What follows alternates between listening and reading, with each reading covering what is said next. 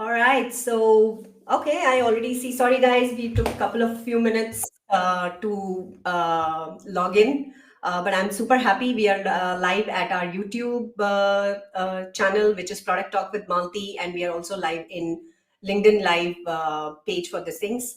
And welcome to all of you. A lot of you, I'm hoping from India. 10:30 a.m. morning, and thank you, Vijay, for joining, which is Of late course. evening for you. Yeah, Friday late evening for you. So I'm super excited to have this particular live session with Vijay. Just for starters, my name is Malti, and I'm the host at Product Talk with Malti, and I'm a product consultant.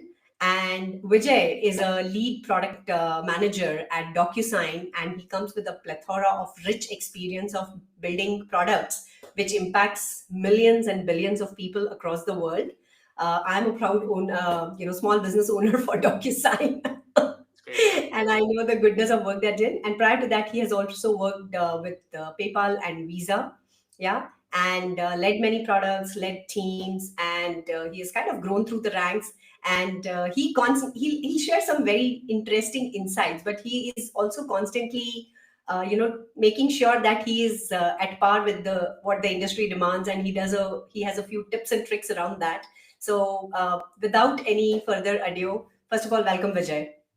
Thanks, Mati. Thanks for having me in this session. I know great to share any insights that I may have, my experience, and if that helps people around, like there's nothing better than that. So first of all, thank you for having me here. Sure, it's all my pleasure. And in fact, today, when Vijay and I were brainstorming that what do we want to talk about, I think there is plenty of content, plenty of things available around. Okay, how do I crack my interview? But if you pretty much ask me, every product manager's journey is very unique, right? Very, very contextual to the kind of work that we have done, the nature of products that we have built. And I think there is always so much that we can learn from each other's rich experiences. So a lot of our questions today are going to be focused on, how do you excel in your job, and how do you get on to the next role, right? So first of all, to start with, Vijay, why don't you just talk about some key moments of your careers? How have you sharpened your craft? Sure. I think the way I'd like to like split my career is like first is like obviously breaking into product management, and then second part is like how do you scale yourself once you have a product job, and the third part is like how do you grow further into perhaps like a senior IC or perhaps like into leadership, right? So of course, like most of the other people, breaking into product management was obviously the most difficult part. It took me over a year and a half since I started my preparation to actually get into product management. It's almost like a story when I say this to some of my mentees. So the first time I realized I wanted to do product management, it was primarily because of the startups that I used to consult back in grad school. I was more attracted to the what question than the how in a very traditional sense. I was very intrigued by how does someone even decide what's the right thing to build in the first place, right? So that's what got me interested. And my first random call for product management was at Google. And again, that was very random. So that was the first time I was getting exposed to your traditional product interview, right, which is product sense, execution, estimation, all that kind of stuff. And again, one of the very early advices that I got was um, even for a very experienced PM to get into a company like Google, it takes about 50 to 60 mock interviews. Like that was one of the very important pieces of advice that I got from one of my mentors back then. He still works at LinkedIn. So essentially what I did was I just kept doing a lot of mock interviews every single day. In fact, like even before I started, like preparation in terms of reading, your Decode and Conquer or like cracking the PM interview, I just started doing mock interviews because I felt practice is what is going to really like make you better, and then the more interviews you do, the more you get exposed to different types of questions, and that also helps you think about product in a much better way. So I went to the whole thing. After almost 50 odd interviews, I went into the loop for Google, and then obviously I did not get the job, right? I mean, it's not that easy. And since then, what I realized was preparing continuously is going to be the major thing, and that's what I kept doing over the course of time. I actually interviewed at PayPal for the very first time in 2019. I interviewed with a few other companies as well, but I mean, I did not have any success. And it is almost like very much like a cinema where uh, a friend of mine happened to work at Visa, and she happened to just randomly talk about one of her friends, which is me, to her product director that, hey, you know what? I know this guy. He's been preparing very hard for a really long time, but he's not been able to find any success. Would you be willing to, like, just talk to him, advise him, mentor him? Anything of that sort would be helpful. So she shared my contact with him. He messaged me on a Monday night, and he was like, "Why don't you come into the office tomorrow? Let's chat over a coffee." The next day, I go into the office. Turns out that it was actually a full loop kind of an interview, which I did not even expect in the first place. He was the last interviewer. He came to me and he asked me this question. He was like, "Why do you think Facebook acquired WhatsApp?" It was a very odd question for a product management interview, at least at that point of time, because I was only preparing for your product sense and execution and all that, and I stumbled upon a little bit. But then again, he was like, don't get tense. At the end of the day, I want you to have a good experience, whether you get this job or not. I want you to walk away from here with the feeling of, you know what, like you tried your best, you learned something, and then you left, right? And I did all that, and then I come out, of Visa's office. I get into the garage, get into my car. He calls me and he says, "You have the offer." So it was almost by luck, right? Like people say, like luck. The way I think about luck is opportunity meeting preparation, right? Again, this is not something that I'm saying myself. I've heard it from a lot of people, but only when it happens to yourself, you actually kind of see how it works, right? So luck is all about you waiting for the right opportunity, but then you cannot start only after the opportunity comes to you. You have to keep preparing for the longest amount of time, and when the opportunity comes, you get the job. So this was my first pivotal moment in getting into product management. Now, moving over, what would be some key decisions that I've made over the years, right? So I've changed over three companies in the last, I guess, like 5 years. And especially at Visa and PayPal, I was there like, around a year. So one of the things that I started realizing as soon as I joined Visa was, hey, you know what? Like product management is very interesting here because the product org structure is in such a way that there's a technical product manager and there's a business product manager. I'm a technical product manager. I'm starting to learn the chops. I'm starting to do well, especially working with an engineering team and actually like writing on the spec and working on execution. But I'm more interested in doing strategy. I'm more interested in like figuring out how does someone even decide what's the right thing to build. Again, that was still my main goal of moving into product management, which then made me look outside again, right? So that was my switch to PayPal. So within a year of joining Visa, I started interviewing. I got into PayPal, and when I went to PayPal, it was a very different kind of an atmosphere. Again, it's all very team specific. At PayPal, one of the very common things that I noticed was every single flow probably had a lot of different teams and PMs involved. So I was in the merchant onboarding workflow, and if you think about merchant onboarding, it's as simple as someone just clicking on the sign up button, entering merchant information, and clicking on next, waiting for KYC to get done, and maybe they can start transacting using PayPal, right? But behind the scenes, this one flow probably is owned by 5 6 different teams, and I was part of one of those teams which actually just gets the merchant data, stores it behind the scenes, and then helps in kickstarting the downstream processes, right? Like it could be KYC, compliance processes, etc. So when I joined PayPal, what I realized was like, now depending upon the size of the company, the scale of the company, a product manager might be doing more than just being a technical product manager. So you might have more freedom, but you might just own a pixel, and that's okay as well, right? But again, what I realized was that this is not something that I was like really enjoying quite a bit, and what I really wanted was something that I can relate to, something with a much bigger scope, and something that I could like jump in and start being a little bit more creative. So again, my whole re-interviewing process began within like 6 to 8 months of joining PayPal. And this time I had a few different offers. I had offers from Expedia. I had an offer from DocuSign. And again, you can't make the same mistake over and over again, right? And this time it was very important for me to be able to actually come up with a framework in terms of determining which of these jobs do I actually get into. Is it about title? Do I really want the senior title? Is it about the actual role itself? Or see, is it about the comp? Is it about the team? Is it about your manager? Like, what is it about? It's always a combination of a lot of these things. This was still during the pandemic, so I was living in Austin back then, and DocuSign was in Seattle. I actually spent my own money to fly down to Seattle to meet my manager who was in Seattle, and we met at a Starbucks. And the first thing I asked him was, "Hey, you know what? Like, this is my experience so far with Visa and PayPal, and what I'm really looking for is growth opportunities. Like, I want to have scope which is meaty, so that I can probably make mistakes, but I can still learn from it and I can still deliver from it. So he told me that the job that I was going to do at DocuSign when I first was about to join was something to do with a feature called as SMS delivery. DocuSign had just introduced this feature. Essentially, it allows our customers to be able to send agreements via text messages. It's as simple as that.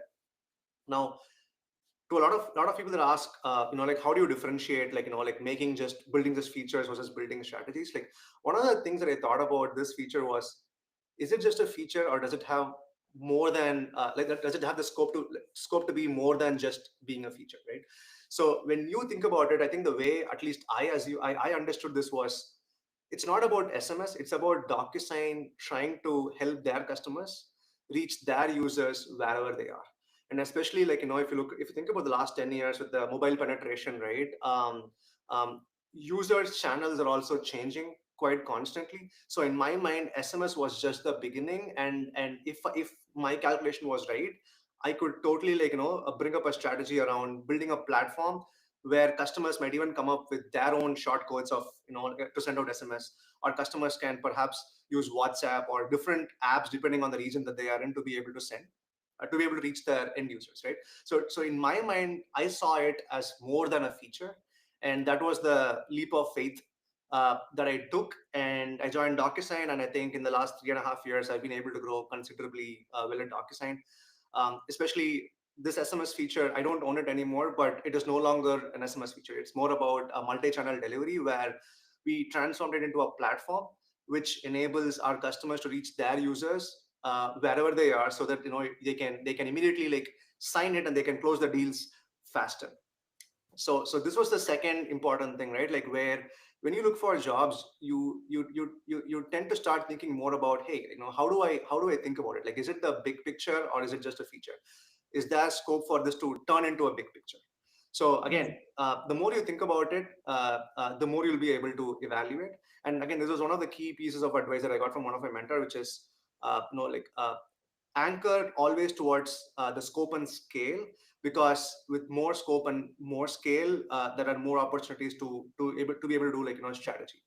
And I think that's what has helped me probably get to where I am right Yeah, no, I think that is very well articulated and very important, the scope and scale part of it. But I probably want to go back to one of the first things which you said, right? You said you kind of almost did like 50 mock-up interviews, and as you rightly said, the more you practice, the better you get, and when that right opportunity presents itself, you are like already a lot more prepared, very well prepared to anticipate what might come your way, what kind of questions come your way.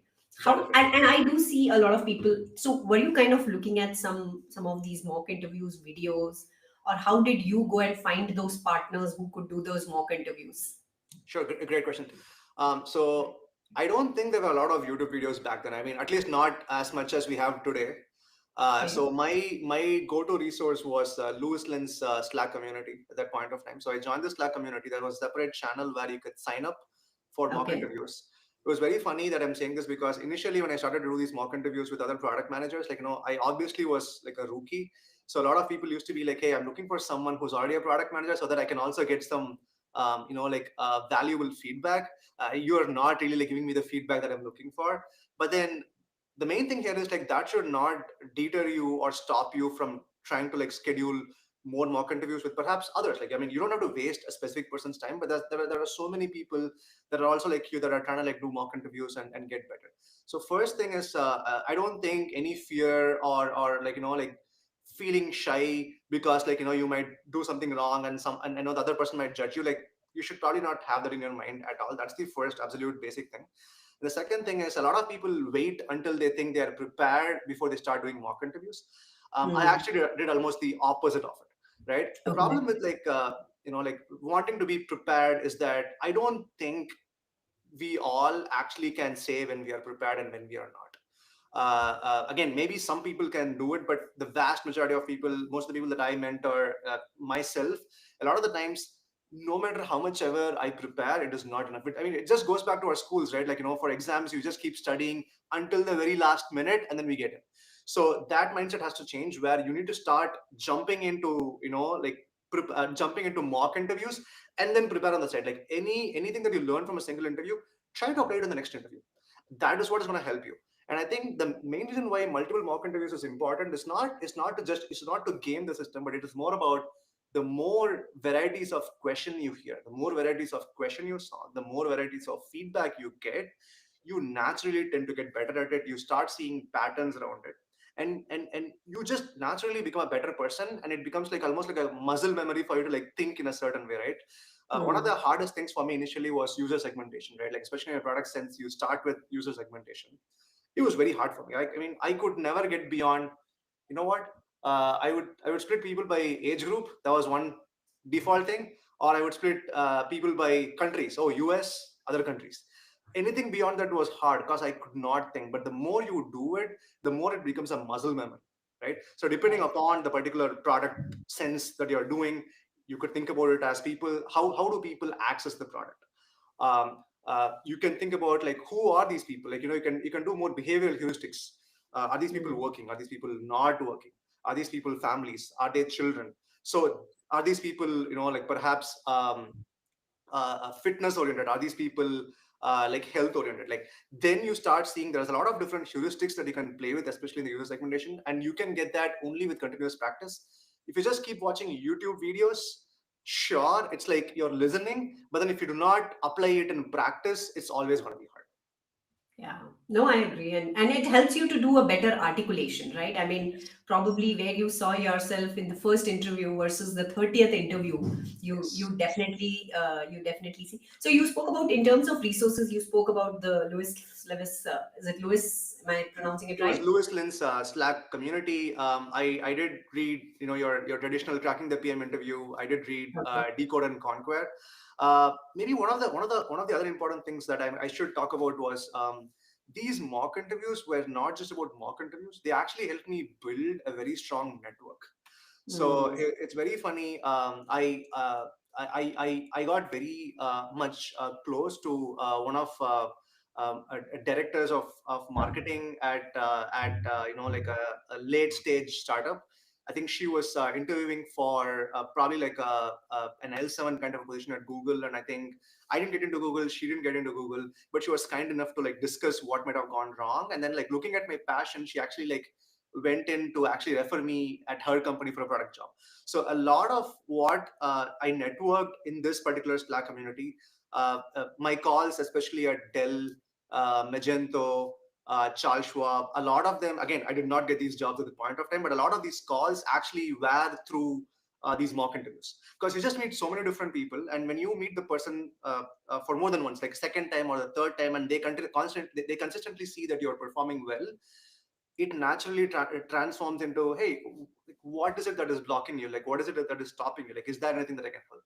So Yes. on top of just preparation itself, some of these mock interviews actually were means for me to like build my network, through which I actually got calls. Yeah, no, I think that's a great call out, and especially if you ask me, Vijay, for me, because I'm somebody who has never done mock interviews and all. But looking it from the other side of the lens, and let's say, for example, if I'm recruiting somebody, and absolutely, as you said, that somebody who is already well prepared and thought through a wide variety of conversations, I think that comes in, and I think network is a great byproduct of these conversations, is very well said. Yep. Now, let's move on to the next part of it, right? I think, as you said, today we have lots of communities. Today we have a lot of material out there, which basically guides people that how do you crack a product sense interview, how do you crack product design interview, and all that.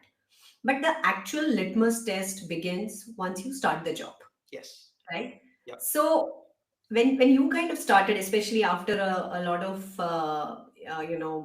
interviews and all, when you finally started with your dream role, what made you kind of excel in that and grow further from there?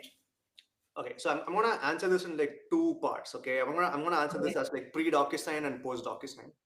Okay. Again, pre DocuSign, again, when I joined at Visa or PayPal, like my natural instinct was I should just listen to whatever my manager wants me to do, and I should be already doing it, like before they ask me to do. Like that was kind of the mindset. I was never thinking about is this thing that my manager telling me, does it even make sense to me in the first place? uh, Second thing, my manager wants me to do it in a certain way, but do I have a better way to think about it or to approach it, right? Like none of those were there, right? Because I was in this constant, I need to prove myself that I'm a good product manager to my leadership, and that was the only thing. And that is usually the Mm-hmm. problem as well, because what's going to Mm-hmm. happen now is you tend to become more of a product owner. You're going to be looking into solving backlogs of your. The first easiest thing most product managers do is like go into Jira, and then they'll be like, hey, you know what, this is my project, and then these are all the tickets in the backlog. I'm gonna like go groom my backlog. I'm gonna go look at the bugs that are not that have not been done for the longest amount of time. I'm gonna go prioritize them. I'm gonna do a bug bash. I'm gonna like go and like finish it because I can get some brownie points, right? Like this was my typical mentality. I'm not saying those are not important. Those are equally important, and those are the things that will also help you establish a good rapport with your engineering counterparts, and you can start executioning on things like delivering on things. But I think what really changed at DocuSign was again I'm not sure if this was specific to DocuSign or this was specific to my team or my manager. When I started at DocuSign, I actually had a manual. I had like a 10-page document from my manager which clearly said Vijay's 30, 60, 90-day play. And now in hindsight, if I think about it now, for the people that I hire, for the people that I mentor, for the people that intern with me, I follow as the same pattern because it helps them and it helps me as well. And if I were to like specifically talk about like why does it help, here is how I would think about it, right? So in the 30, 60, 90 day play, the way I would split this is like in the first 30 days, my main goal should be to gain access to internal tools. When I say internal tools, it is not Jira that I'm talking about. I'll give you an example. In DocuSign, what I think is the most valuable internal tool are basically three things: our logging platform, our analytics platform, and then our experimentation platform. Okay, so these three, in my opinion, are the most important things. So I need to have access to these three internal tools and any research that has been done in the past, any data analysis that has been done in the past. Because what that is going to help me with is it's going to help me understand the product better. Of course, you'd want to for let's say taking the example of DocuSign, I obviously want to like create an account, sign up or log into the system, try sending out an agreement, sign it, and all that. But where I'll understand a deeper understanding of the product is by having access to logging, analytics, and experimentation. Because you're going to see where things go wrong. You're going to see where things might be heightened. You're going to see how are some of the experiments that are in flight performing. You're going to think about, oh, why are these experiments even happening in the first place? And then you're going to go and reach out to those people who are running these experiments to understand why they are running it. Is it an exploratory experiment? Is it because they have a hypothesis? Why does that hypothesis even exist in the first place? How is this hypothesis gonna actually like help with perhaps a business outcome? And these are the most important things in my opinion. So the first 30 days, I would focus on gaining access to internal tools. Jira and all, yes, but more on logging, analytics, and experimentation.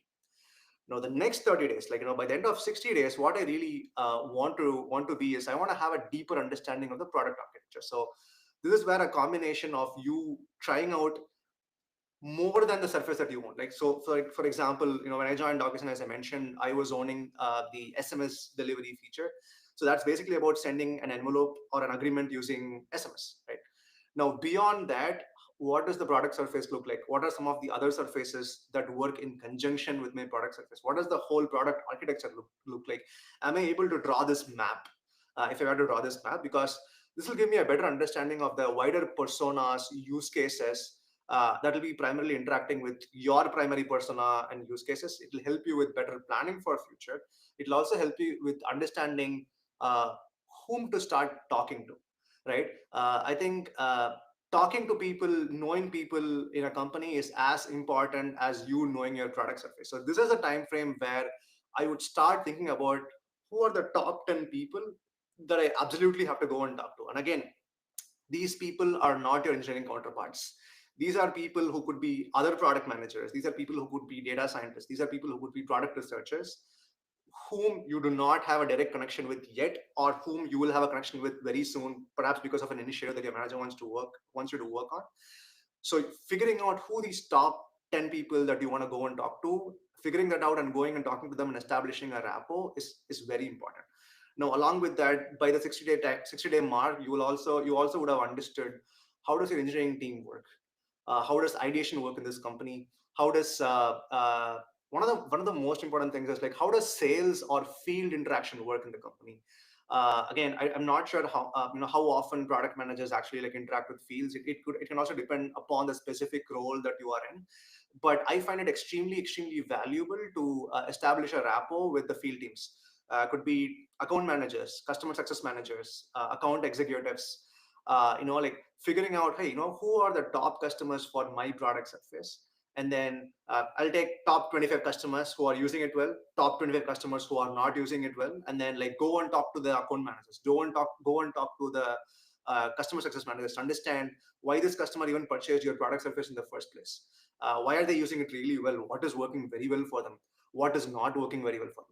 That is extremely important. And a lot of these would be in a very informal format, but then you got to start taking notes of this so that you kind of can organize it at a later point of time. And then beyond 60 days, 90 days is when you'll actually start contributing, in my opinion. So 60 to 90 days, the way I would evaluate myself is, am I able to form opinions and points of views on the areas that I'm directly accountable for? The reason why I'm explicitly calling this out is because in the first 30 to 60 days, in most of the meetings, I actually think I may not be able to contribute meaningfully to those meetings because I'm going to be in the constant listening mode because I'm trying to like build knowledge on the product. If I have done that well, 60 to 90 days is when I actually start contributing in these meetings. I probably would have a walking deck. One of the first advices my mentor gave me was you should have a walking deck with you, which basically talks about the product surfaces that you own and your plan for the year, because that's what uniquely would identify you in your company. And you also have a doc where you start capturing ideas. You will get a lot of moonshot ideas. You may think it is moonshot. At a later point of time, you'll be like, you know what, did I even think of this idea? But that's completely okay. But you need to start capturing all these ideas in a document. It could be completely not very organized, but you need to capture them, because as you evolve in this role, right, like beyond 90 days, when you go and look back at these ideas, you can truly then figure out what will work, what will not work, and you can then bring them in the right time. So this is how I would split my 30, 60, 90 days to set me up for longer term success the moment I get my first product job. Yeah, no, I think very well. In fact, one of the books which I recommend is, I don't know if you have heard about it, it's called The First 90 Days, to all my mentees, right? And very well captured. In fact, the first time I heard about this 30, 60, 90-day plan was when I joined into it. And pretty much on similar lines, like identify your stakeholders, know your product like nobody else. I think these should be the focus areas before you can start meaningfully making those, formulating those opinions and contributing that. So very well articulated on that, Vijay. So I'm also going to in between take some questions which are coming our way. Yeah, so the first question is says that, okay, it kind of goes back to the conversation you and I were having on mock interview. So is there something you start preparing even before the mock interviews? Yes, I mean, the only recommendation that I have is I think Cracking the PM Interview is a beautiful book. It talks about what is product management across like a few sort of companies. It mainly talks about product design to begin with, and I don't think it talks about execution quite a bit, but I think product sense, in my opinion, is a very good thing to start with, right? I think it's gonna like force you to start thinking a little bit more deeper into segmentation or problems. It's gonna like also force you to become a little creative. So the only thing that I would do before my mock interviews is just maybe like watch a YouTube video or read this and understand what are the different types of questions that people may be asked in an interview. That is the only thing that I would try to understand. And okay, so so now let's say you can get asked a sense question or an execution question. An execution question can again be like set up a goal, or it could be around something went wrong. How do you go about like figuring what went wrong? And then the third part is like your behavioral questions, right? Like where people ask you specific instances from your career on like how you went about it, right? So first, I'll have the lay of the land in terms of what are the different types of questions that you will be asked in a product interview. That's the first thing. Second thing is, for each of those questions, what is the framework that people are using? So, for example, if it's a product sense, I need to start with asking questions to make sure that I'm in alignment with the interviewer in terms of what I'm attempting to solve. And then I'll try to like come up with a goal for the sense itself, and then I'll try to do user segmentation, and then I'll try to like think about problems, and then I'll try to think about maybe like prioritize some of these problems, and then think about moonshot solutions, and then finally you think about metrics on how you can measure success for this particular sense that you did. Maybe think about counter metrics if you have time, right? So watching videos or reading this will give you this framework for each type of question. I would just know about this, and then I'll jump into mock interviews. And that's literally what I also did back in 2018 when I started mock interview. Right. Okay. Yeah, very well said. I have one follow-up question on that, Vijay. Like, people are of course looking at YouTube videos, people are kind of preparing, some of them are doing mock interviews.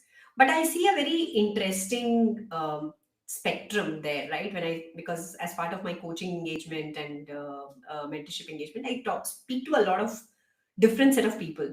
And I see that there are people in extreme spectrums. There are one set of people who are able to land multiple interviews, multiple job offers, let's say in a few weeks, versus there are a spectrum of people who struggle to even land like one interview, right? Getting even shortlisted.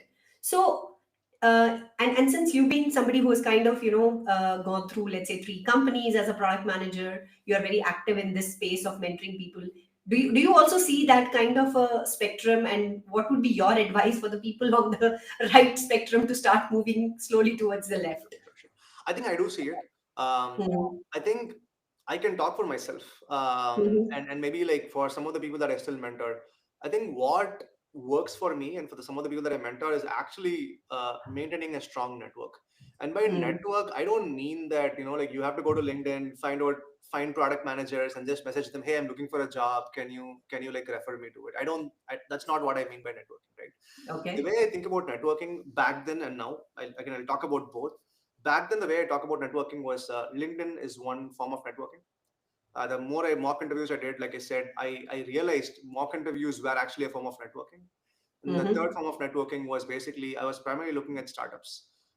There are a lot of startup mixers that used to happen in Austin, and I would even if they did not have a product job, even if they did not have a product role, I would still attend each of those mixers. The idea here being the more people you talk to, they may not be directly hiring, but they might know someone that will be hiring, and the Mhm. more you're able to establish a rapport and establish an impression with this person, the chances that you may naturally get introduced to the link here. So that's how I approached it back then. So again, back then, AngelList was my go-to for like figuring out what startups were there, or like YC startups were another thing that I was looking at. uh, Austin Startup Mixer, like we had Capital Factory in Austin where they used to like have a lot of events. So I used to attend those events and then mock interviews. Like a combination of these constantly helped. And in LinkedIn, the way I used to like network back then was, I never used to ask anyone for a job. I never used to send anything to a recruiter. I would just reach out to product managers, senior product managers, or like manager of product who clearly have in their profile mentioned that they mentor, for example, right?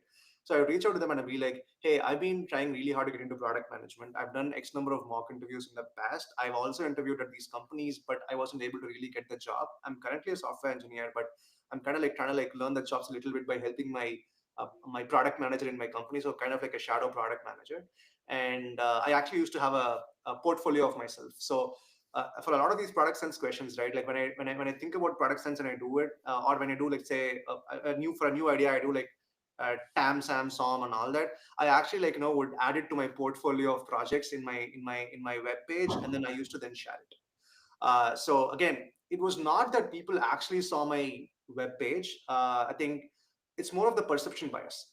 When you actually share an actual resource with someone and say that I've done this and this is how I've been thinking about it, even if they did not see it, you're giving them a perception that you're actually putting in an effort, you're actually going in this Mhm. direction, and you are actually seeking advice. You're not seeking referral, you're not seeking a job, you're seeking advice, right? And a lot of the people that are actually active in mentoring, and if they have the bandwidth, it actually helps them connect to where they were. So even right now, when people reach out to me and when they actually have like deliverables to show, right? Like maybe some of the mock interviews that they've done, or perhaps they've captured it in some sort of a web page or something. I go back to like how I was in 2018, and I feel the need to at least spend 15 minutes with them to hear what they are doing and how can I help them. So a lot of calls that I converted was in this way. Again, it was not a lot, right? Like in the whole of 1 year back in 2018 to 2019, I would have got like 5 6 calls. So it's not like a plethora of calls, but that probably had a better success rate for me than me just randomly applying to jobs, like, applying to 10 jobs every single day, like in a brute force fashion. Yeah. Fast forward, when I was at Visa and then PayPal, and now I think networking has evolved quite a bit. um, I've managed to stay in touch with pretty much every manager and almost all the people that I looked upon as senior product manager mentors, like, in my previous jobs. I'm still in touch with them. I dedicate specific weekends to talk to them, and I try to like keep in touch with them probably like every quarter, once at every quarter at the very least. My first manager at Visa, who gave a shot at me, every time he visits Seattle, he makes sure that he gives me a call and we meet. And that's because I'm showing the interest to be in touch with him. And it's not because he's going to give me another job. He works at Amazon right now. It's not because he's going to give me another job. I truly value his advice to the point where when I'm stuck in my current job, I give him a call and I'm like, hey, you know what, I am stuck here. I have a few different options in which I can approach it for. Let's say for an experiment, like, what do you think? uh, it helps. It helps gain trust. I think the advice also helps. It also helps you stay in touch. So right now, as we speak, like, like in the last 3.5 years at DocuSign, I still interview like many times because I think that is how you can also evaluate where you stand, right? So most of these now are because of the network that I've built over these years. I do not I still apply every now and then, but most of it is because of the people. So uh, uh, I had an offer from Meta. I also got an offer from TikTok, and these were all primarily because of the network that I maintained. Because these people now trust me, so when they are hiring for someone, they think about me, they ask me, and then if I truly want to give it a shot, I would give it a shot. Again, the way I think about interviews are not a means to a job. Interviews are a means for me to understand where I stand. Interviews are a means for me to like constantly check up on my skill, and then eventually, if it turns out to be great, maybe it's the opportunity for me. If not, that's okay. I still am a DocuSign. I'm very happy working at DocuSign. So that's how I think about getting these jobs. So this is especially what will differentiate people that get a lot of calls and then they're converting much quicker than the people that do not get calls and are not converting quicker. And it will take time to build this. For me, it took me about 5 years to get to this point. So it will take time to build this, but it's worth the time and effort to build this. Yeah, because you don't sign up for like only the very next opportunity, right? You're here for the long haul.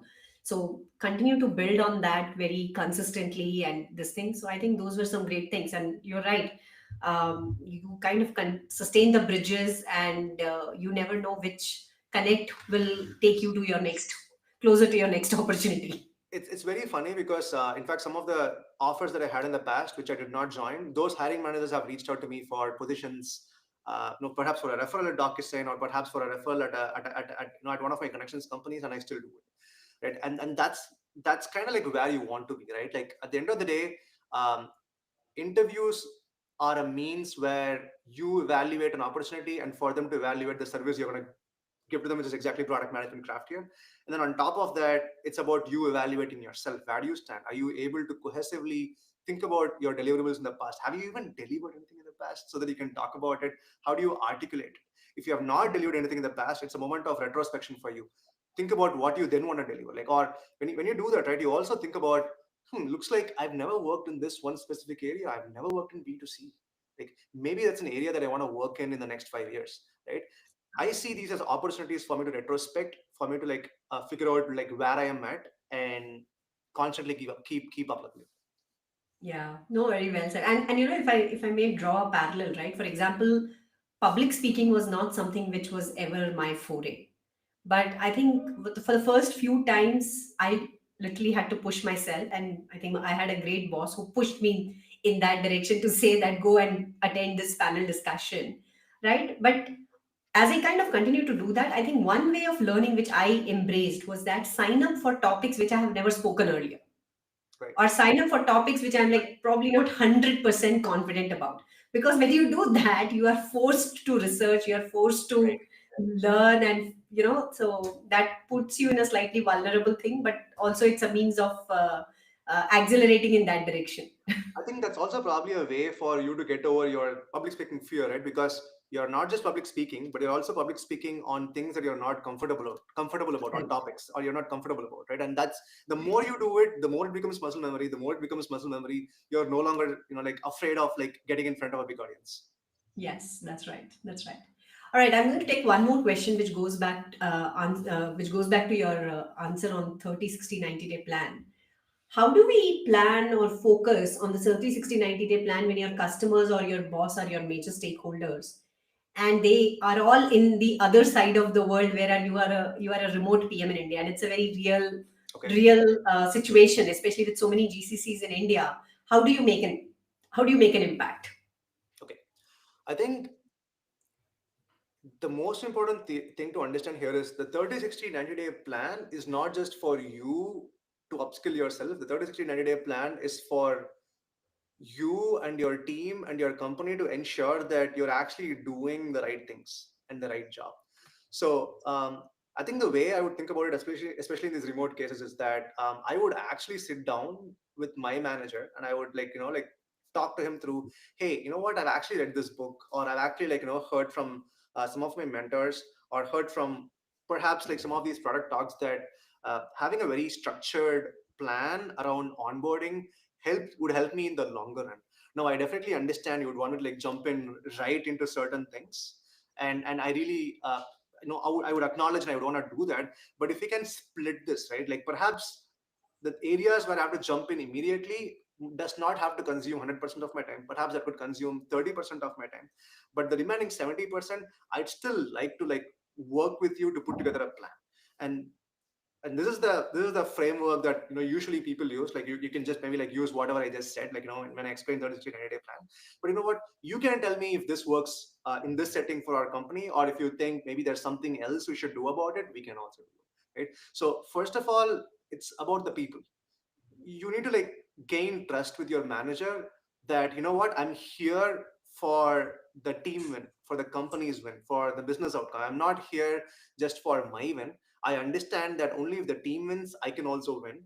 And I think the best way to be able to do that is, let's sit together and put together a very structured plan. And I think if you tell it this way, I don't really think there's going to be someone that's going to be like, oh, I don't believe in 30, 60, 90-day plan and all. Because at the end of the day, everyone actually understands that structure helps in your thinking, in your execution, in a lot of things. So that will be the first thing that I'll do.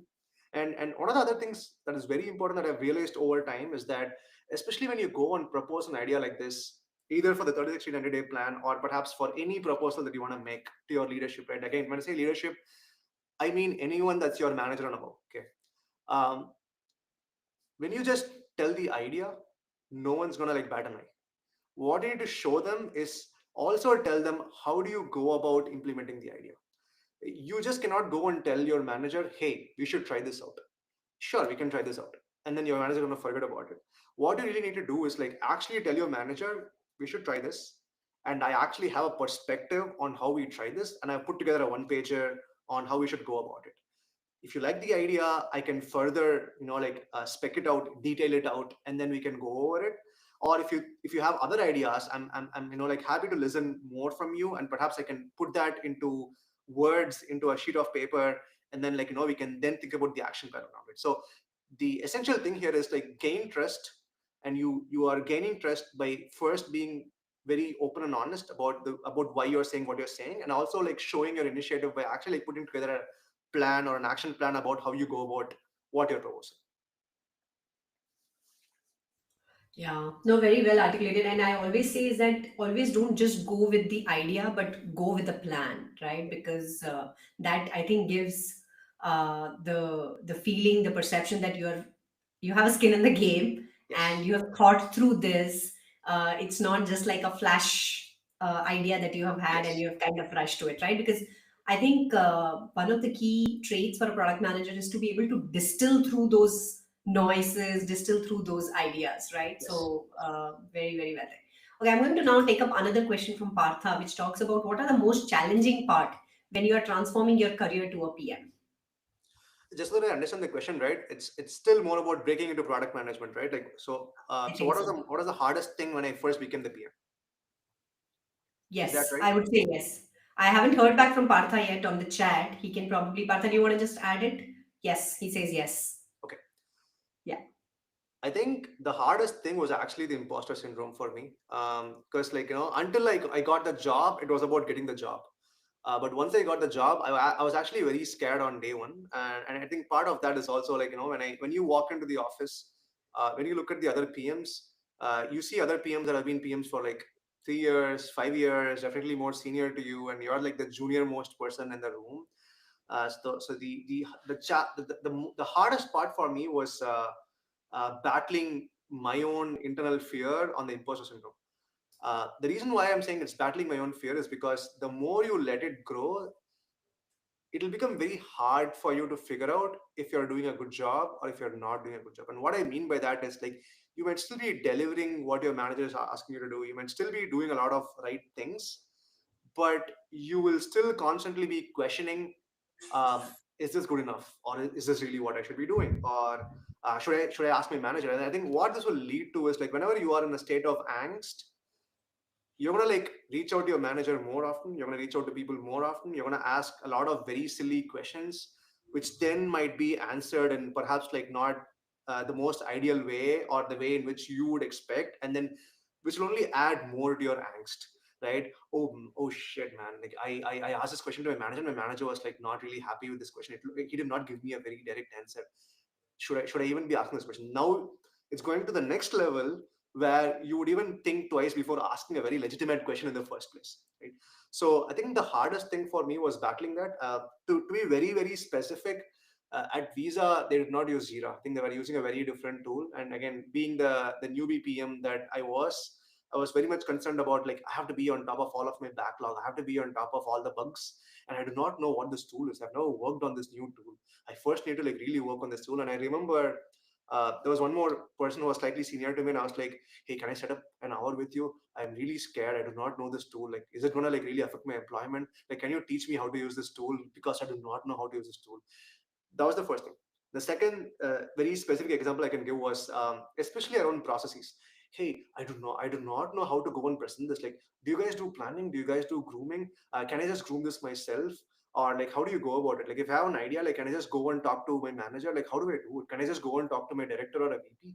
So it was a lot of the silly things that I was like extremely worried about, and I was totally missing the big picture. So that was the hardest thing, which is like getting out of that mindset, right? Like where you're like constantly thinking about like the very small tactical things, and then how you may not be able to do very well at that, and then like that affecting your ability to actually do a good job. So that's why, in fact, I would say this 30, 60, 90-day plan actually would serve your purpose, because um, I guess like to Malti's point, she said it's also in a book. And then I think I gave a specific sort of a framework. And I'm sure if you Google, you'll find a lot of different frameworks. Like coming up with a framework with your manager then essentially puts you at ease. And because that now puts you at ease, you're able to think through it. Now, anecdotally speaking, I've also like I've had interns and people that also used to report to me in the past. Um, some other problems that I've usually seen, challenges that I've seen from others, is that usually people, a lot of the newer product managers that I've seen are not exactly very data oriented. And what I exactly mean by that is newer product managers tend to come with two mindsets. A very high assumption based mindset where they would actually assume that the product works in a certain way without actually trying it out, and they would just like go on with that mindset until someone corrects you. And I actually think that's very very scary, right? Like because it's less about you not understanding the product, it's more about you just continuing to make so many different assumptions. Could be about data, could be about like how a product works. So that is one thing. And the other thing that I've very constantly seen is especially around like how people find it hard to not solution. One of the most common things that I see is people start solutioning, and that's not what you want to do, right? Like especially like for example, when I joined DocuSign, let's talk through a concrete example, right? When I joined DocuSign, um, my goal was to 2x our revenue from that comes from the SMS delivery feature, and also to 10x consumption, right? um, in hindsight, again, I would start solutioning. Oh, if I have to 2x the revenue, maybe I should come up with this idea where I should do some advertising in product, or maybe I should come up with this idea where I should do something uh, which makes the product more discoverable, right? Like the problem with in this case, it's more of an assumption plus also solutioning. The problem here is I still have not understood why the goal is to 2x sales and 10x consumption. I have no idea why that was, right? So it's very important for a newer PM to not get into this, like, like I want to be able to solve this problem and I want to show that I'm the star, or I want to be, or I'm making some assumptions and this will help me solve it sooner and I want to be a star. Instead, take an approach where you actually question every single thing. So if your manager comes and tells you, hey, you need to 2x sales and 10x consumption, why should I 2x sales and 10x consumption? Like, what is the baseline today? Why should I double it and why should I 10x the consumption? Because where that will lead you to is figuring out what is the motivation behind these goals. Because again, at the end of the day, metrics are just vanity metrics. You're like going over the business outcomes, so you'll understand that, and understanding the business outcome will help you then take a step back and think about the funnel, right? So how is SMS feature even sold in today's world? Like how is it first marketed? Like perhaps it's marketed on, like DocuSign's portal. It's marketed through many other means. Second question, and then how does someone purchase it? How does someone get in touch with someone at DocuSign and purchase it? How does it get enabled? And then after it is enabled, like how does perhaps an admin of DocuSign make it available for their users to start using it? And then you think about how do the users that actually send agreements would even discover this feature? And then like how do they even send it? What is the experience around it? And then how many are sent? So that's your entire funnel, right? And now you know the business outcome, you know the motivation. Then you go about finding out, oh, where are the friction points in here, right? So again, in a nutshell, uh, what could be very challenging is getting stuck in very tactical, very minor things, angst, fear of not doing your job well, which is your imposter syndrome, and then like making a lot of assumptions, and then like wanting to be the star, and so you're basically like going with a very solution oriented approach. Like all these can be like the challenges that most new PMs can face, which I also faced. And the approach here is like, again, to do a 30, 60, 90-day plan, or to like take this like, like a laid back seat approach where you actually ask a lot of whys until you're convinced with all the answers. You keep asking more whys. Yeah, I think that's the crux of it. Well summarized. Thank you for sharing a lot of those anecdotes. Okay, I'm going to go with the next question here, Vijay. It says that can a software engineer who was always behind the scenes successfully transition to a product manager role? Should they focus on improving their articulation skills during the process? Yeah, I think it's a really long question. So yeah, I think if the question is if a software engineer can become a product manager, I think the answer is yes, because I was a No, software engineer. I think you were also a software engineer, so I think it's very much possible. Um, Again, I'm not sure about your specific instance, Maldi, but at least in my instance, I also was successful in actually getting a product manager job at a company that I was not a software engineer. So I actually no, interviewed. that is not the case. I was an accidental PM, so I worked with SAP for about 5 years before I became a product manager. And this was back in 2009 when it was not a very well known role. It just said PM, and I was a project manager at that time. Just started to do project management, and I just thought it was the same thing. But yeah, been doing just the same thing for the last 16 years now. So just love it. So in my case, I was working for a company called Trinet. It was the largest. It is still the largest PEO, professional employer organization in the US. It's like, think of it like a HR software company, right?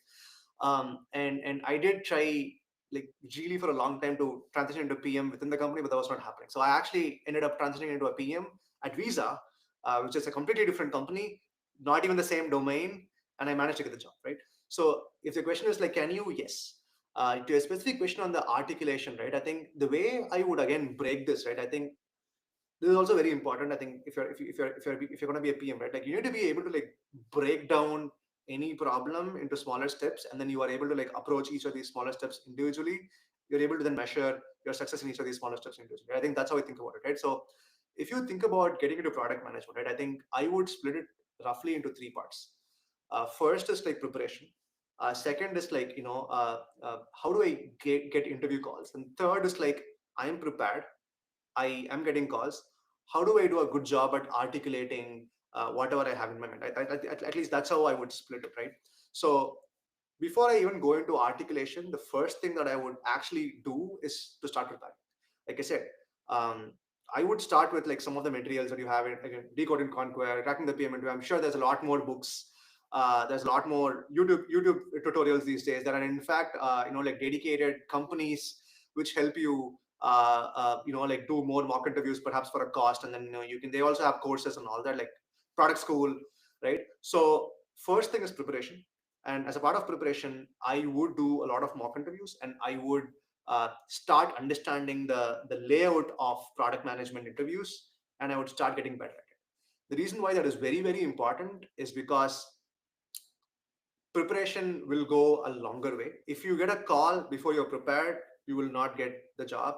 If you get a call and let's say you're not able to articulate very well, you will still not get the job, right? So the first thing is preparation. So I would at least do 25 mock interviews at the very least, right? That would be the first thing that I would do. The second thing is we spoke a lot about networking, right? So I'm going to skip getting the calls part. Now let's specifically talk about articulation.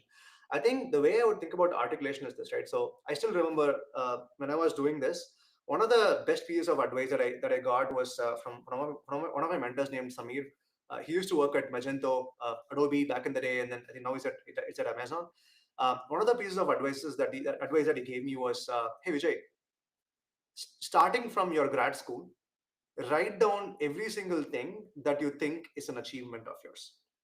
So I actually took like a really really big sticky note, like like my wall was actually like filled with a lot of sticky notes, and I started writing down, okay, grad school, what are all the different things I think is an achievement, right? Every single thing down. Same thing now in my current job, what are all the different things that I think is an achievement. Second thing that I did that he recommended me to do was, Amazon has this amazing set of leadership principles. I think pretty much for any company's behavioral interviews, I think Amazon's leadership principles can be your guiding light in my honest opinion, right? So I took Amazon's guiding principles, right? Like, and then leadership principles, and I was like, all right, for each of my scenarios, which leadership principle would it match to? So start matching that. So that was the second thing that I did. The third thing that I did was, okay, now these are the leadership principles. Can I also think about like what are the tag names that I would give for each of these? Like if I, like, again, in simple terms, tag names could be Vijay taking an initiative, Vijay like showing that he's analytical, Vijay disagreeing to commit, Vijay standing up against like perhaps an opinion from a leadership which he really does not agree with, and then explaining why uh, like the whole idea is wrong, right? So I started putting each of these labels. And once you start putting each of these labels, the next thing I did was I started thinking about product management, right? And I think essentially what I did was, before even I would, so earlier I would just apply to jobs, right? Now I actually started going through job descriptions and requirements for every job, and I would try to understand for every product job what are the key tags they're looking for. Like, this person has to be analytical, this person need to come up with a moonshot, this person needs to be able to create a roadmap, this person needs to have a vision, right? Like all these things, look at 50, 60 different product entry level jobs, or again maybe senior jobs, and then like now try associating those specific labels that are looking for product management to the labels that you already have like entered in your big brain map, right? And now you essentially have an entire structure, right? So now you know what specific things you want to talk about. So the next step is for you to actually start writing a script. So I'll take 10 out of these, and then for each of these questions, how would I answer it? I think we all have heard about star format, right? I think it's very, very non-natural for most people to answer it, right? Because that's not how we talk about things. One of the most common things that I hear, even from experienced product managers, if they're not prepared in interviews, is that they would directly dive into what they specifically did, in the hope of them show, like explaining, I've done so many things, I speak with engineering, I speak with analytics, I do my own SQL queries, I do so many things. There's a lot of I do these things, and there's no context of why they did it or what was the outcome of it, right? So in order to avoid that, now that you have this whole structure, start writing a script. The only way I think you can nail down the star format, if you actually like spend time in writing a script, at least in my opinion, that's what I do. So write down an entire story, even if it takes like a one whole page for a particular question, write it down. And once you write it down, do not try to read it as is. Writing down is a process where you are now able to grasp it in your brain that, you know what, this is how the flow should go. Now start practicing it. I mean, I know a lot of people talk about practicing in front of a mirror. I do not do that. I actually like practice with my friends, with my wife, uh, perhaps with a girlfriend, boyfriend, friends, anyone, right? Like, so even if they do not understand what you're saying, thinking that there's another person next to you will help you. And now essentially what I'm doing is I am now practicing it. I'm now like saying it, and essentially what I'm now judging myself when I say this is like, am I talking about why is something being done? Am I talking about what was my specific role in it? Am I talking about what was the outcome of it? Am I talking about or what happened post the outcome? Maybe it was not an expected outcome, so how am I going to like approach it, right? So that is how you can get better at star. And now once you do this, you go back to your mock interviews and you actually start practicing this articulation with people who are doing, like really good interviews. You are going to get like much more valuable feedback, which then you can incorporate. So it's almost like a process. I actually want to take an example here. One of my mentees, has actually happened, like last week. And again, I think I don't want to exactly expose what it was. So let me take the example of SMS itself, right? So for example, the way at least this person was explaining, tell me about yourself, was, hey, I'm the PM for SMS delivery. It's a feature that is used by our customers to send agreements via SMS instead of email. And the way this feature works is like you log into DocuSign, you upload a document, and then like you choose from a drop down that like have SMS delivery. You click on it, and then you click next, and then it goes to the signer. The signer will get a text notification. They click on the signing link. They'll go over it in their mobile phone, and then they sign it. So the whole thing is very seamless, can be done via mobile. Instead of like having this, the way you should rather position yourself like for the same question would be, hey, I'm the I product manage a SKU called as multi-channel delivery. Now essentially what this SKU does is it gives our customers the ability to be able to send agreements via SMS and WhatsApp. Now again, this might seem like a very small feature, when I speak about it this way, but in reality, the vision for us here is to actually build a platform that will help DocuSign to be able to reach their customers wherever they are, so that the signing can happen in a preferred form of device for our customers' users, and that way more deals can get closed much faster. Now, in pure terms of numbers, this particular SKU that we are selling is a global SKU, and so far we've sent over 6 million agreements using this particular SKU. And also the company has gained whatever revenue it is, right? Like triple digit million revenue using this feature. As a next step, we are very much interested in exploring markets, especially in Asia, like it could be India, whatever countries you want to name. And for these countries, because we are now building it as a platform, adding WhatsApp or Line is going to be much more easier, and that's going to be the focus for the next year. So I think the way you position yourself, like taking the big picture, talking more about why you're doing something, why is it important for the company, what is your specific role in it, what is going to be the outcome of it, would position you much better. And that's what I guess articulation is all about. And that was a brilliant tactical steps, and I loved the spoke. You know how you kind of shared the entire narrative. I'm sure the person who had the question kind of got a very solid takeaway example as well, Vijay. Okay, I'm going to go on to the next question, which says that when did you realize you have the skills to excel in product management? Rather, would want to know as a product manager what you should love doing to continue for a long haul. A great question. I actually think there is really no way to know. It's very funny that I have to draw this analogy. I married my wife a year back, a little more than a year back, and I think like especially when I was talking to my dad after dating her for a while, I'm not sure yet. I really like her, but I'm not really sure yet. And I think she probably had the same thing, and we both even used to discuss the same thing.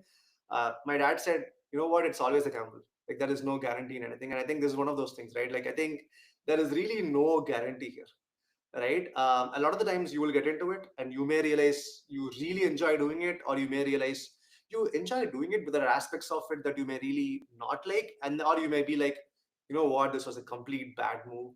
I should not have done this. I think, in my opinion, life is all about experimenting. And I think you wanting to get into product management, the thought is a great experiment on its own.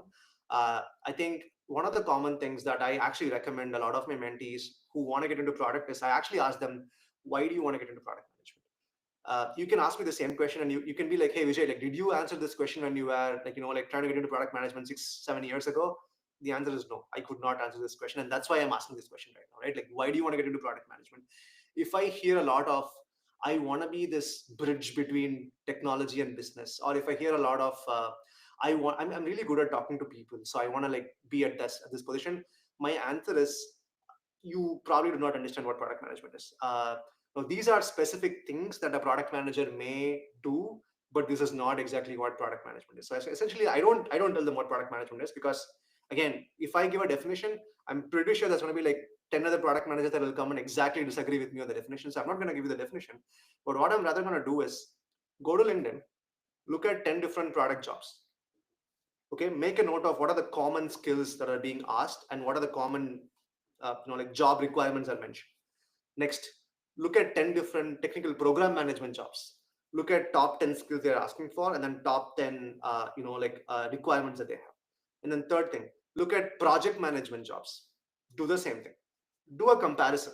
Okay, how each of these are different, and then like try talking to a product manager, program manager, and a project manager. Ask them, don't ask them how they got invited, don't ask them to give you a job. Ask them, how does their day-to-day look like? I can tell you, most of them will not even be able to tell you what their day-to-day looks like. No, they'll give you a very wishy-washy answer, right? Oh, it looks like I'm on calls, I do this, I do that. So ask them very specifically. Take yesterday, what did you specifically do yesterday? I'm just really trying to evaluate if I'll be a good fit for the job.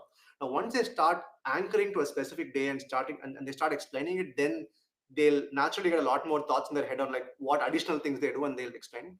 Now, with all of this, put yourself in that role and think about whether you'd want to do it. And I'll give you an example why this is helpful. My wife, she's a software engineer. She works at Microsoft, and she always tells me she wants to get away from software engineering. She wants to become, she thinks product management is easy. Like, you guys just go talk in meetings, you do a lot of these things. I want to become a product manager, right? And then I gave her the same exercise. She did it, and essentially, like, net of it was, she actually thinks it might be a very cool thing to be a product manager, because like you get to make you get to ask a lot of questions, you get to make a lot of decisions, you get to like be in that ambiguous zone of like running experiments, figuring out you're wrong about the last thing that you did, and then like going and redoing it. That's all cool, but it's a strict no for her, because she sees that I'm on calls for almost 20 hours in a week, or maybe even more than that. Like, for so 5 days, I'm on calls for at least 4 to 5 hours every single day, and she's like, Vijay, I do not have the energy to talk for 5 hours. And that's a clear signal to you that even if you may like other aspects of the job, you may not really enjoy doing the job. And if you still want to take the leap of faith, you just have to take the leap of faith and then see if you can do it, right? So this is kind of like what I would recommend. Like, I would say, to whomever I recommend this approach, if I recommend this to 10 people, probably like one would do it, others would not even do it. They'll just like go back to, I'm gonna go and talk to another person to like figure out how I can get into product management. If Vijay does not help me, maybe Ajay will help me. But I think to specifically answer your question, there is no right wrong answer. There are some techniques like this you can use to like self evaluate. If you are convinced, you should just go and try it out. Yeah. No, I think those were some amazing things. And I remember I was taking this training on AI product management at one of the companies, which was attended by their data scientists, ML engineers, product managers. And at the end of the third day, their data scientist came to me and said, okay, thank you for taking us through what AI product management or product management in general, because now my respect for product managers has gone up multifold, because now I have a purview of what do they do, right? And Right. in fact, in my latest episode, which came out this Thursday, Vijay, I speak to Shalini. Shalini has kind of, gone through this thing of being a business analyst, product leader. Then she has been a executive leader. Now she's a managing director for PlanView. Because in every job that you do, I think one is definitely you need to have the passion and interest, but you acquire those transferable skills, Yes. which makes you ready for the next role. Yes. Just because you've done product management doesn't mean that next 20 years you want to do that. Totally, totally, yes. And you need to evolve, right? I think with, especially like, I did at Lenny's Summit in San Francisco. I think we had a whole session. I think it was Claire, no, I think Launch Darkly's CPO that spoke about how product management would change. with AI coming in, right? I think she's right. I think with AI coming in, I think product managers are going to be expected to do more, right? Because AI can give Exactly. you a wireframe. AI can give you give you the first draft of an executive summary.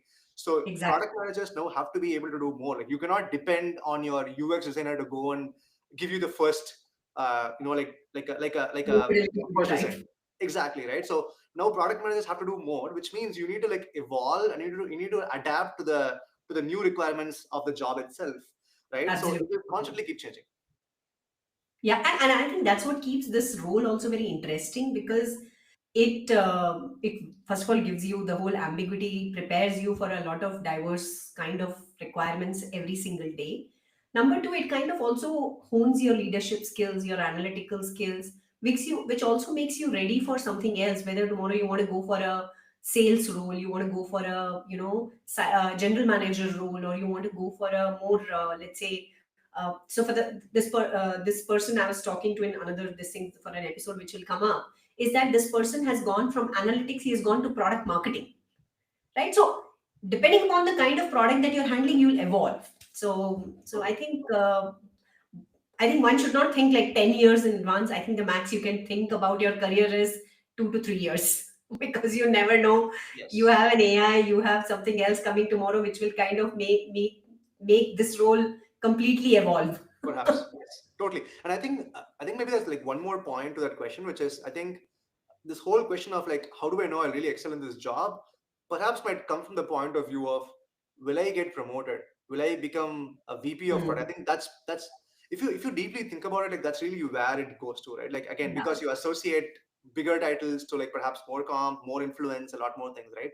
I think a different again, it's not like I don't think about it though in that way, but then I think a different way to think about it, I think it's something that I've been thinking about in this way for the last perhaps like a couple of years, is that hey, like what if I never become a VP of product? What if I never become like like a senior director of product? Let's say I will continue to be a senior IC.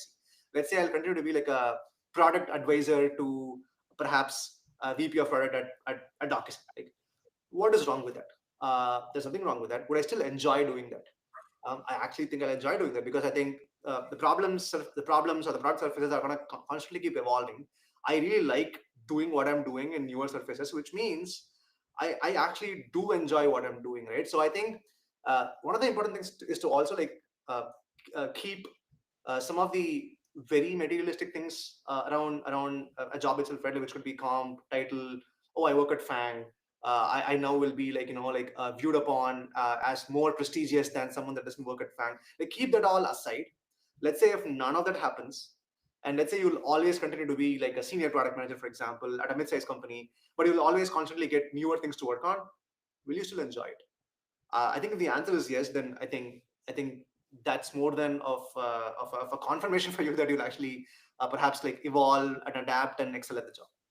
Yeah, absolutely. A inverse way of looking at it. Okay, I'm going to take the next question here, Vijay, which says that after working for 10 years as a software engineer, the interviewer would expect you to know much more about as a PM, even if they know you're transitioning. Any advice on that? Yeah, I think it's a hard one, right? I think you can't fake it. Like it's just not there. You do not have that, right? It's as simple as that. And I think that's why you have a lot of you know what, like let me take a different way of answering this. I think the question itself comes from the stand of I have 10 years of experience, and people expect me to be a like a really good product manager having day-to-day experience, right? I think that's not necessarily true. I think it really depends on the type of product job that you apply to. The reason why I'm saying that is because usually when you have 10 years of 10 years of, let's say, software engineering experience and you want to get into product management, your expectation is that, so I have 10 years of experience, and someone with my experience, let's say they became a product manager 5 years ago, they'll now be a lead product manager. So now I should be a lead product manager. I think that's typically where people start. And I think that's also typically where the problem is, right? Every role is different. Just because I have like let's say I have 12 years of experience doesn't mean that now I can become like a surgeon, right? Like I don't have an MBBS degree, I do not have an MD, I am not a surgeon. So in a very similar way, even if you think about like your software job streams or like tech job streams, like every job is very different. There's a lot of skills that you acquire while you are in the job, And just because you have 10 years of experience will not naturally translate into you being eligible to get the let's say a lead product manager job. Because if you're going to apply for it, yes, you will be expected uh, to be a lead product manager, right? And again, you are competing with people that have 10 years of experience as a lead product manager. But because I'm saying this, it doesn't mean that your primary problem statement doesn't exist. The primary problem statement that you have is you're kind of stuck in a limbo, right? Like you're competing with perhaps like new college grads on APM roles, and then you're competing with people with 10 years of experience, 10 years of product experience on some of these experience roles, right? And I'm at a disadvantage in both, right? I'm at a disadvantage in both because in the lead product manager job, I'm not skilled enough. And at the APM job, I'm too experienced. Like, they're gonna think like, why will this guy even come to this job, like leaving his perhaps like a nice pay and all that kind of stuff, right? I think the net essential thing here is it's still probably better to go for a technical product manager job where um, it may not give you a lot of, let's say, strategy experience, a lot of UX experience. You maybe you're managing an internal tool, you're managing an internal API. I think getting any product job is better than having no product job. So the way I would think about it is I would try to like focus my job search more on some of these technical PM jobs where like a lot of my skills that I've acquired over 10 years. I actually think being good at system design is a great skill for a technical product manager. I'm a technical product manager. My title is actually lead technical product manager. So you can then bring some of those experiences into it. Like my first job at Visa is a technical product manager. One of the only reasons why this person gave me the opportunity was he's been interviewing a lot of candidates for this role, a lot of PMs for this role, and what was lacking was the technical fit. He then realized that he wanted someone who is technical that he can coach into becoming a product manager rather than getting a product manager that can be coached into becoming technical. Because the latter I've seen, and I've also like heard this from many other like hiring managers, it's harder. Like if you do not have the technical background, becoming technical, again, it's not impossible, but it's hard. So the way I would think about it is like, where do I uh, uh, where am I the best fit? So if I'm reading a job description, am I the best fit for this? Like if they're asking for a lot of P&L strategy, I'm not the best fit for that. So is it even going to help me if I apply for that, right? So I would rather focus on jobs where some of my existing experience is a little relevant. I would still apply for a lot of these RPM programs because I think the way you think about RPM programs is like these people should have less than 1 year of product experience, right? So you technically become eligible, right? So that would help. The third thing is like, if you go the networking route, which I mentioned, right, which is very slow, it takes time. Uh, this person that you networked with who gave you the call actually knows that you do not have product experience. So they're not going to expect you to have 10 years of product experience. So it's a hard problem to crack. And that's why, like I said, like, the whole year from 2018 to 2019, I probably had 5, 6 calls, but all I had to clear was one call, which happened like in 2019. Yeah, no, very, very well said. And in fact, a lot of people, Vijay, come to me who are at their mid career. In fact, very recently, I was talking to somebody who comes with 19 years of experience. And this person has been doing a mix of engineering role, agile coach, product management. And he was thoroughly confused. I mean, what should be my next career move? And that is exactly what I said. Like at that level, you are actually competing with a lot of other people who are still very early in their career, and at that point of time you cannot do a 360-degree change saying that now I'm going to start at a APM or a PM role. You have to play to your strengths. You have to find those opportunities which gives you to shine using what you have already done, right? So 10 years is a long experience, so you don't want to kind of start from the scratch. You need to find 100%. that cusp. You need to find that sweet spot. Specifically at DocuSign, like anecdotally speaking, there's actually a lot of people that actually like moved from customer success Hmm. into a technical program management role because now they get to interact a lot more with product and eng.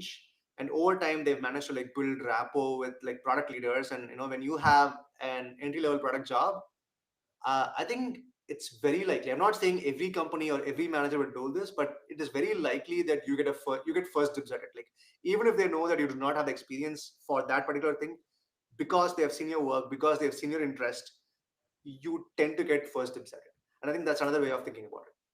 Yeah, that's right. All right. I mean, I didn't realize how quickly the time passed. So I'm going to take the last question for the day today, which is on talking about AI. Can AI replace product managers? Yeah. I mean, it's a very cliched question. I feel. I don't know. I mean, if I were to be honest, I actually do not know. Like there's one part of me which thinks if AI can replace software engineers, like why can't AI replace product manager? Right. At the end of the day, it's about it's about AI learning what product managers do and then doing it. Again, full disclosure, I've not been an AI product manager, so I do not have enough expertise to talk about like how far can AI get to and all that. But I think there's one part of me just logically thinking about it, right? Again, product management is all about just logical thinking, right? Like with what I know, one part of me thinks like, yeah, I mean, if you are saying that we could completely like eradicate entry level software engineers, mid level software engineers with AI, like then why not, right? So that's one part of me. There's another part of me which thinks, in spite of like a lot of technological advancements, you still see technology making mistakes, technology like like falling down at many places. So you still need a reasonable human intervention, which again tells me that the product job will not will not eventually just uh, um, fade. Perhaps the product job might evolve into something else. I guess like when I was an undergrad, I hadn't heard of product management as as a profession. Now it's more common. Maybe 10-15 years later, product management might be called something else. I don't know. So that's one possibility, because you still need human intervention. The second way I think about it is, what AI can certainly do is like reduce the number of product managers that are involved right now. For example, like I'm actually like seeing this as a trend, right? Like there are lesser number of PM internships. There are companies that I know that used to have a lot more intern positions in the past. They do not right now.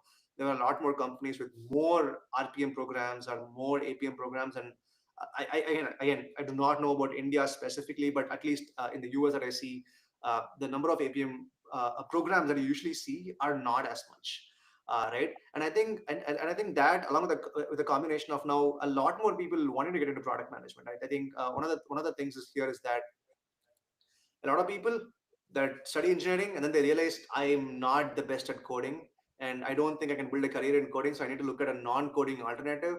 Hey, product management seems very interesting. Like a lot of CEOs have been product managers in the past. It pays me the same amount of money as software engineering does. So I'm going to become a product manager. So you have more people trying, you have fewer jobs, because again, like with AI, again, just so that you know, like even in DocuSign, we have our own version of a chatbot, right? Like which employees can use for their day-to-day jobs. So now I've started using this for proofreading my PRDs, for even like writing my first version of documents and all that, right?